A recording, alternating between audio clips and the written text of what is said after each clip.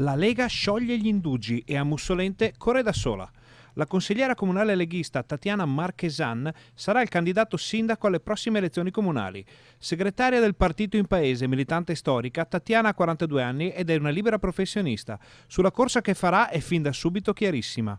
Abbiamo tentato degli accordi, dei dialoghi con le altre forze, ma abbiamo visto che appunto l'entusiasmo del gruppo era massimo se si correva da soli. Il ruolo di sindaco sia veramente l'espressione massima della volontà di un cittadino di mettersi a disposizione della comunità. Tantissima voglia di fare, questo sì, e anche comunque con la consapevolezza che avremmo sicuramente l'aiuto di tutti gli amici sindaci Lega, degli esponenti, di tanti referenti che abbiamo a tutti i livelli delle istituzioni.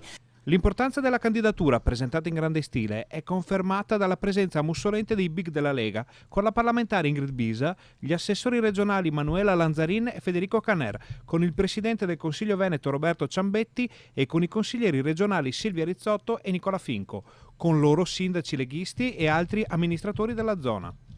Oggi siamo qui a Mussolente, uniti e compatti come Lega, a sostenere Tatiana Marchesan, una ragazza giovane, piena di energia, con tante idee per Mussolente, una giusta esperienza amministrativa fatta in questi ultimi anni e secondo me anche la figura necessaria per questo paese, che ha bisogno di essere rilanciato, ma soprattutto di essere uno dei punti fondamentali del Bassanese. Negli ultimi anni secondo me Mussolente si è un po' isolato, non è stato uno degli attori principali di questo territorio e sicuramente con Tatiana riusciremo a rilanciare questo importante comune della nostra area.